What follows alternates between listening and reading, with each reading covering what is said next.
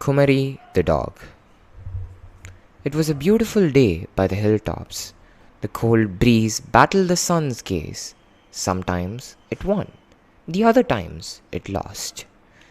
The pepper vines strangled the trees of oak, birch, and palm in the nearby estates. The breeze carried with it a magnificent smell that resembled coffee. Amidst this place lay a humble resort that I stayed in. Laid the humble resort that I stayed in. Cottages were our homes now. Red roofed cottages that had bricks sometimes for walls and a grey bluish cement the other times.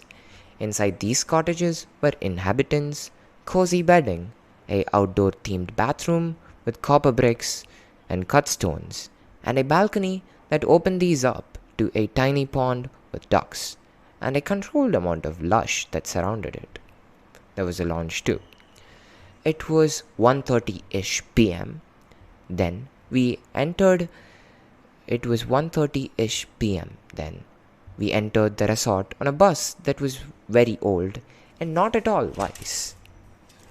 However, the bus did not break down anywhere on the journey, so I'll take it any day. Any other day, that is. For a while I rested, then my hands began to itch for a camera, as hands do. Slamming the cabinet doors outwards, I procured the camera from my drawer and wore my shoes at a cushioned sofa at the cottage's lounge. Striking the turquoise doors open, I opened the fence gate and scaled the rocky path to the lushes that surrounded the pond. Here, I attempted to capture the ducks in their regiment. I tried different angles, changed the focal length, and heck, I even used digital zoom sometimes. And finally, I struck the perfect gold. In my joy, I moved my eyes off the viewfinder, only to find a terrible fear of mine nearby. That too, eye to eye. It was a unvaccinated stray dog. "Bow," it said, as we locked eyes. I said, "Daddy," and ran like a freak, scaling the amphitheater, the white stone stairs, to reach a safer spot. Later, I learned that the dog was even more frightened by my actions than me by its. The dog stopped following me midway, but she had not yet begun her chase. It was evening, fairly early evening. We were walking to a tea stall where I'd go on to drink milk for the coming days. And the dog, she lay nearby sometimes, and the other times when I was busy composing my shots of all the other guests who were present there, she rudely interrupted the shots to say "bow," crossing the path stones and the steel fencing through the gap that was meant for humans. I guess that would mean hello. My heart sped up at that moment when she closed in on our distance, so much so that at that point of time I looked to my mother like a statue.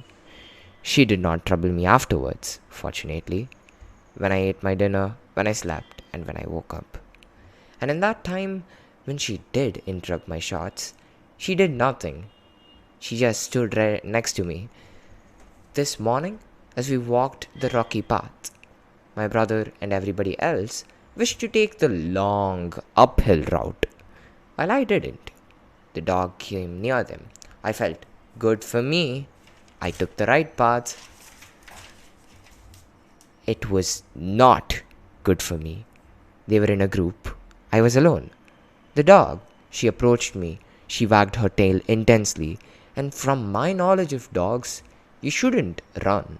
So I put out my hands, showing her that they were empty, and clenched my teeth as I reverse jogged.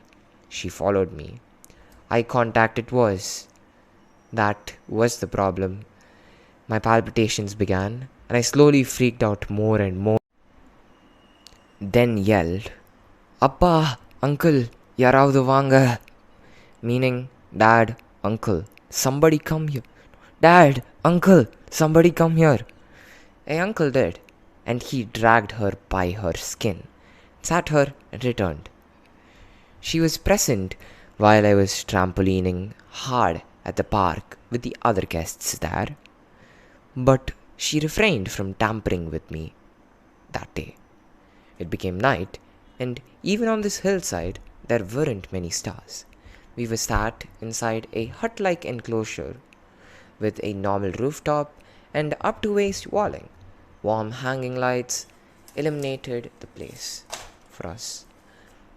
The dog, she rested outside the grey steel gates that served as entryway to the dining area that was across the lush pond. It was scary when I kept looking at her,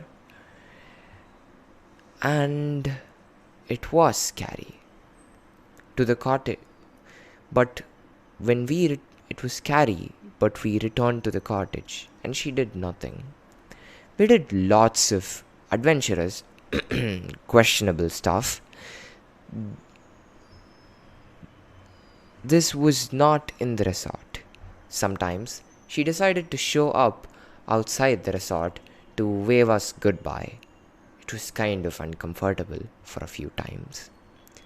A day after came, and I collected from within me all my courage and called her from the window to share with it a few biscuits. No, I called her from the window to share with her a few biscuits. By the fencing we stood, opposing each other. Me with the biscuits, her with her waggy tail and curious eyes. I fed her the biscuits with my little brother and befriended her. We even named her Kumari, for she bullied a kid named Sai Kumaran, who was also a guest who I did not know inside of the resort. She appeared many more times in front of me, but these times I wasn't scared, at least not as much. That was the end of the story.